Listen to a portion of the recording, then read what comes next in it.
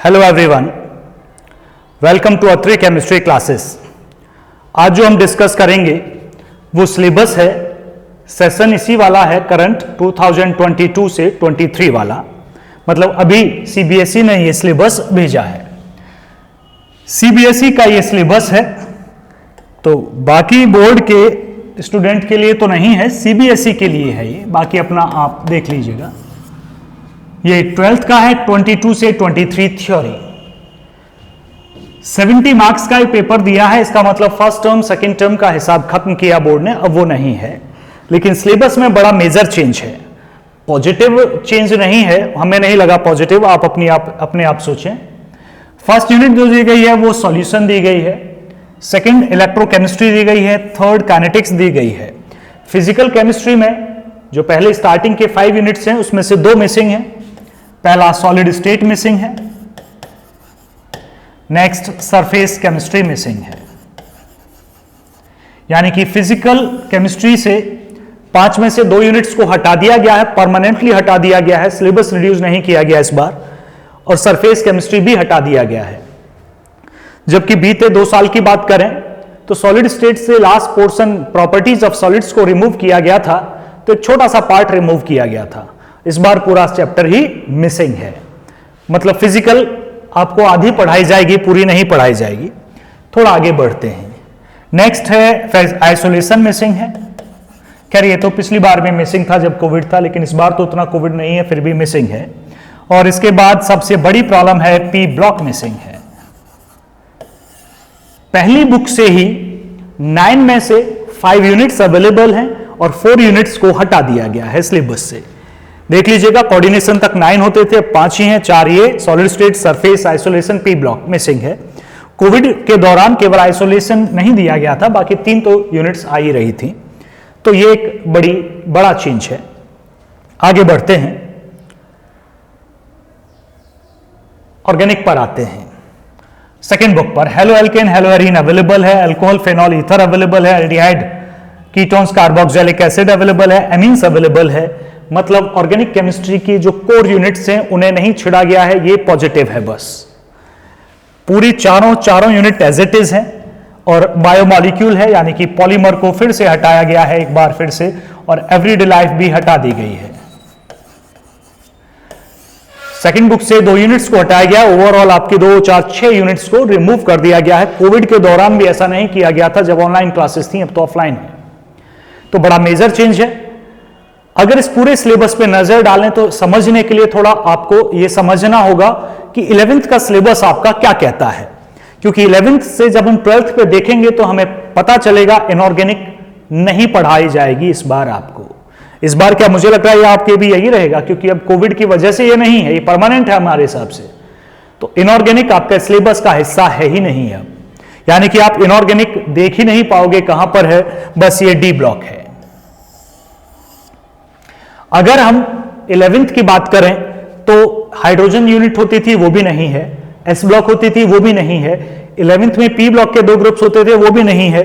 12th में भी P block नहीं है, मतलब बच्चा एस नहीं पढ़ेगा, पी नहीं पढ़ेगा, हाइड्रोजन नहीं पढ़ेगा, और सीधा क्या पढ़ेगा जी, डी ब्लॉक सीधा पढ़ेगा। अब ये कैसे होगा, बेस नहीं पता जी, हम 1, 2, 3 नहीं पढ़ेंगे, हम सीधा 4th से काउंटिंग स्टार्ट करेंगे, 4 ऐसे है। तो इनऑर्गेनिक है नहीं, D and F, P block नहीं पढ़ा, डी एंड एफ कैसे पढ़ोगे?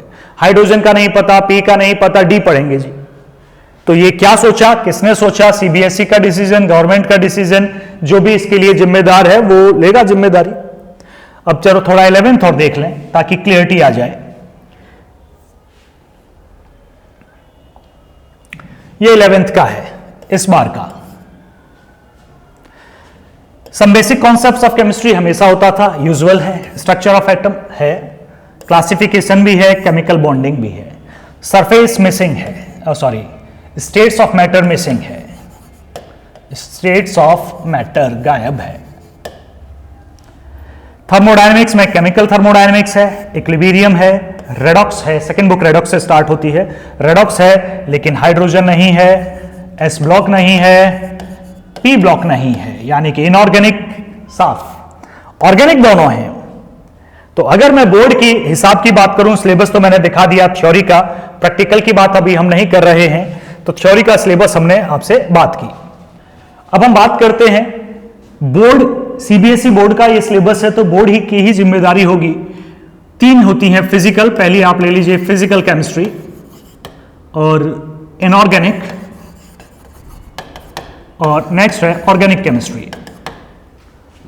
तो सीबीएसई बोर्ड आपको ऑर्गेनिक तो पढ़ाएगा कंप्लीटली, ये है ही नहीं, भूल जाइए डी एंड एफ बस अकेला है ही नहीं, मिसिंग है।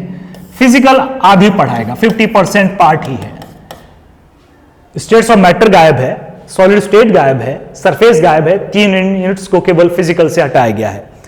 ऑर्गेनिक से अगर हम बात करें 11th में एनवायरमेंटल केमिस्ट्री जो कि फंडामेंटल है उसे हटाया गया है, बाकी ऑर्गेनिक आपकी पॉलीमर मान लीजिए, पॉलीमर भी हटाया गया, एवरीडे लाइफ भी।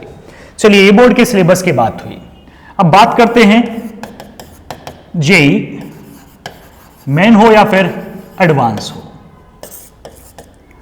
जेई मेन की जिम्मेदारी तो सीबीएसई बोर्ड की ही है, एनटीए एग्जाम लेता है जैसे सीबीएसई के लेता है। जेई मेंस जो दो साल से जो हो रहा है, जिसमें कोविड की वजह से कुछ यूनिट्स को जैसे मेटलर्जी थी, पॉलीमर था, एवरीडे लाइफ हटाया गया था, तो उस वक्त के जो एचआरडी मिनिस्टर थे उन्होंने बयान दिया था कि ये पार्ट जेई मेंस में भी नहीं आएगा, लेकिन हर बार जेई मेंस में उसके क्वेश्चंस आते रहे।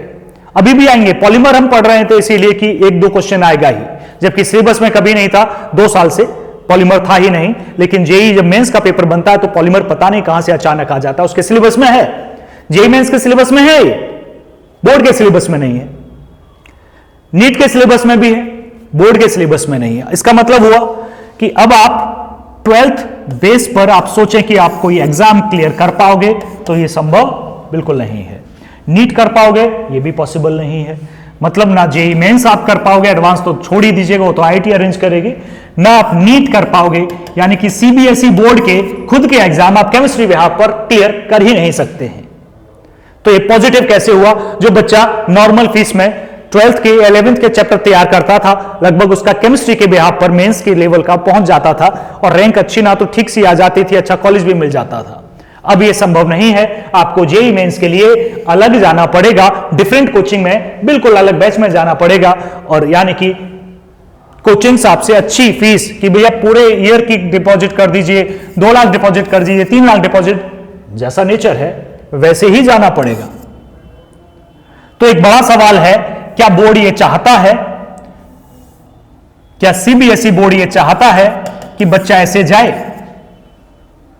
तो अब आपका लॉस है सीधा सीधा। आप क्या करते हैं? आप किसान नहीं है जो आंदोलन करेंगे उतना बड़ा, वो पॉसिबल नहीं है आपके लिए, आपकी कोई सुनेगा भी नहीं, आपके घर वाले तो सुनते नहीं है।